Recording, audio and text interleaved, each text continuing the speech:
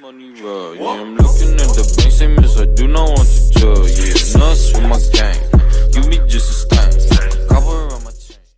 What's going on, ladies and gentlemen? Hope you guys are having a great day as usual. So for this video, guys, I'm going to be reacting to a clip from Sialiano, and the clip that I'm reacting to is you learn a lot about your spouse during the pandemic. So let's jump right into the clip. First of all, before we jump into the clip, hit the like button, hit the subscribe button. It helps the channel out a lot, guys. But let's jump right into the clip.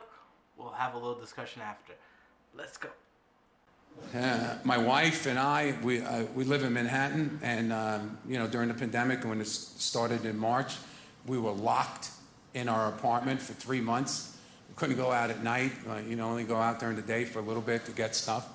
And it's unusual because I'm married 10 years, and I never spent this kind of time with my wife.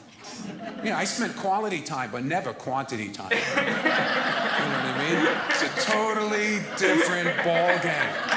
You know what I mean? So I'm sitting there, and my wife's the only person there, and I'm actually starting to listen to her. My ears started to work. You know what I mean? And I'm like finding out, after 10 years, I'm finding out things about my wife that I never knew. I'm like, I never knew my wife didn't have a middle name. Right? She goes, I can't believe you didn't know that. I said, I didn't even know you were blind in one eye. I was shocked. So crazy. Everything's crazy. I mean, you can't picture any of this happening, right? It's nuts, right? Just imagine it's the year 2015. All right, let's go back. It's 2015, and you're on a job interview, and you're acing the interview. And it goes down to the last question. And he goes, Mr. So-and-so, where do you see yourself in 5 years? And you go, well, I'm locked in my house with my wife. I can't go out. There's no toilet paper. You can't get hand sanitizer. I'm working from home, but I'm happy. And he's like, all right, security, I got a nutcase up here. Can you get this guy out of here? Right?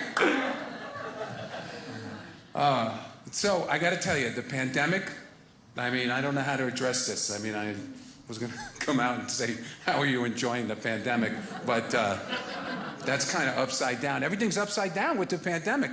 I never thought that you would go into a bank with mask and gloves and make a deposit. Right? And it's like so counterintuitive. I went in with a mask and gloves, and the woman gave me money. I'm like, please, don't call the cops. I'm not going to do anything. Oh, I got to tell you, man, I'm not used to it. You guys know who you're voting for? Did you make up your minds? You guys know? How many clap if you know who you're voting for? All right. I'm not going to ask you, but I find it interesting that every presidential year, Domino's comes out with a series of presidential pizzas. I don't know if you know that. You can order a pizza from Domino's that's named after your favorite politician or candidate.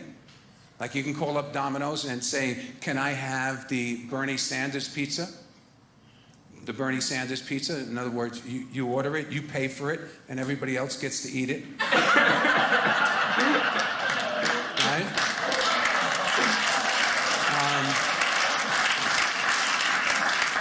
You can order the Joe Biden pizza. You order it and it goes to somebody else's address. Or you can order the Donald Trump pizza. It's big, it's huge, it's unbelievable. We're gonna make pizza great again. It's a taco. So, you can get it. I don't know, I just find the election so interesting. I have 3 nieces that are voting for the first time. And they're really woke, politically correct, very hypersensitive kids, just like, what everybody's dealing with. And I have to watch myself. They want to know everything. Oh, Uncle Johnny, who you voting for? I'm like, I don't really want to talk about it. No? What? I said, look, kids, I'm not a Democrat. I'm not a Republican. I don't like the government. I'm like a musket away from being a revolutionary. Hey! independent. They're like, oh, my nieces goes, oh, if Donald Trump gets elected again, I'm moving out of the country. I'm like, really? You're 18. I'd be more impressed if you move out of your mother's house, you little punk. You don't even have a job. You move out of it. What are you going to do? Put your knapsack on and walk to Canada? These kids are crazy. I can't believe it. They're amazing, and they want to know everything. Oh, Uncle Johnny, what do you think about climate change? I said, I don't know. I'm not a big fan. I don't know much about it. Oh, you don't have an opinion on climate change? Yes, I got an opinion. I'm concerned about the oceans. What are you concerned about the oceans? I said, I don't know. The other day I went fishing and I caught a tuna and it was in the can.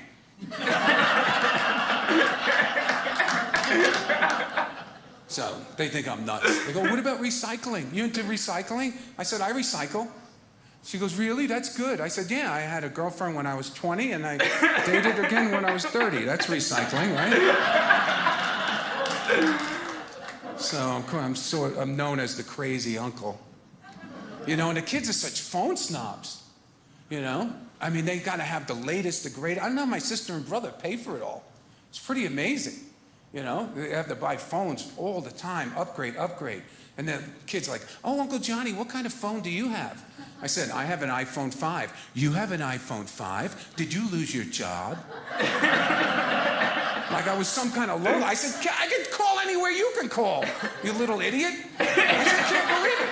I said, when Uncle Johnny was growing up, the phone used to be on the wall. It used to be screwed into the wall. And it used to ring 4 times, and you had to run to get the phone. And if you didn't get there by the 4th ring, they hung up, and you didn't even know who it was. You don't even know if the phone call was for you. You're like, really, Mom? Is he lying? Phones were on the wall. You people live like animals.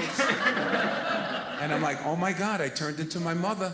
I'm telling stories about how bad my childhood was because the phone was on the wall. Because my mother was mad because we were the first generation. She had to drive to school, right? We got to ride to school because my mother was so mad because she had to walk to school 3 miles uphill, both ways in the snow, one shoe with a hole in it. That's what my life was like. We ate mayonnaise sandwiches every day for 3 years straight, and we were grateful. I'm like, grateful? It sounds like you were poor. Not grateful. And I'm doing it to my niece. I'm going, you know, Sophia, when Uncle Johnny was growing up, there was no Google. Really? There was no Google? How'd you find stuff out? Oh, well, they used to tell you, go look it up in an encyclopedia. Really? Yeah, and if you couldn't spell, you were screwed. And Uncle Johnny can't spell, so he's a comedian. But that's the way it is. You got kids? Okay, I know you gave your kids everything. And you probably gave him stuff that you didn't have. But for some reason, he's going to sit his kids down and tell his kids how horrible he had it. How horrible. How rough. That's him right there. I think it's a generational thing. I couldn't have planned that. He's going to tell his kids, you have no idea what it was like when I grew up. I grew up in a pandemic. I couldn't go out of the house. I had to wear a mask. That's why I work at McDonald's. I was homeschooled by your grandmother. I can't stand the smell of peanut. Alright guys, great stuff there. But let's jump into what he was talking about. I feel like the pandemic has been like unprecedented. It's new to all of us. We've never experienced anything like this.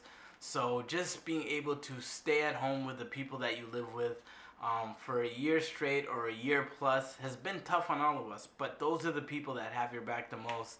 And those are the people that you got to rely on the most. So I feel like, yeah, it is kind of tough to live around people constantly and see them every day. But it is what it is. The pandemic is coming to an end. And the silver lining for me in the pandemic is it gave us all a lot of time to reflect. Just reflect on our past, where we're going in our present, and where we want to be in the future. So it really has put my whole life in perspective.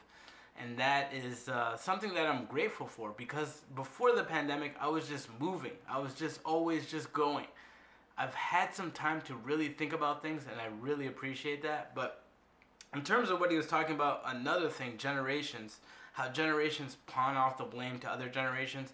Every generation is unique, guys. Every generation has unique situations and circumstances that they got to deal with.